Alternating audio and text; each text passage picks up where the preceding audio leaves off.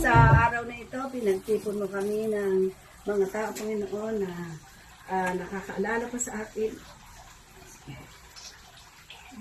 Kahit na wala mo si Papa. Thank you, Lord, sa additional na buhay na ibinigay mo. Alam ko, Panginoon, na meron ka na purpose, Panginoon. Ituro mo po sa akin palagi kung ano ang gagawin. Lord, alam ko, Panginoon, na ikaw ang aming tinataas ko palagi na ikaw ang aming Panginoon na nangunguna sa aming buhay.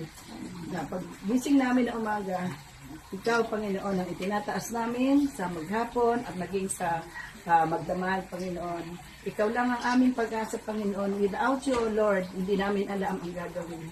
Lord, ang hiling ko at panalangin, nawa ang pag-ibig mo na ipinagkaloob mo sa amin ang maghari sa bawat isa sa amin. At ang pagpapatawag, Panginoon, nawa ay laging nasa aming puso, Panginoon, upang kami ay magkaroon ng matiwasay na pamumuhay. Salamat, Panginoon, sa lahat-lahat ng biyaya na ibinibigay mo sa amin. Alam ko, Panginoon, sa simula pa lang, Panginoon, na ikaw lang ang Diyos na buhay na aming maaasahan, Panginoon. You are our shelter, you are our living God, our protector, our greatest healer. Hipuin mo, Panginoon, ang aming lupang katawan sa bawat sandali na aming journey, Panginoon.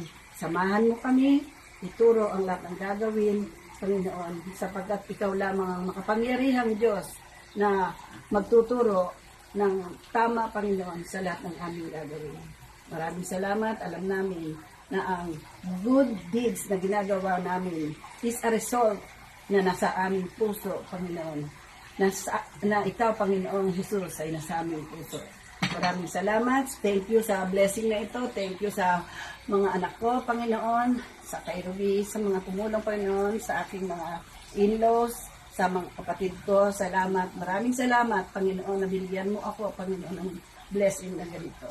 Thank you, Lord. Wala na po naman ako nahihiling. Alam ko po, ang lahat ng problema, Panginoon, ay alam mo, at if we have Jesus in our life, everything is enough. Salamat, Panginoon, in Jesus' name.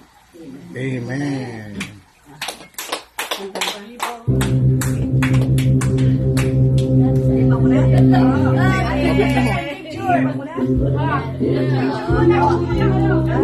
Happy birthday to you. Happy birthday, happy birthday to you.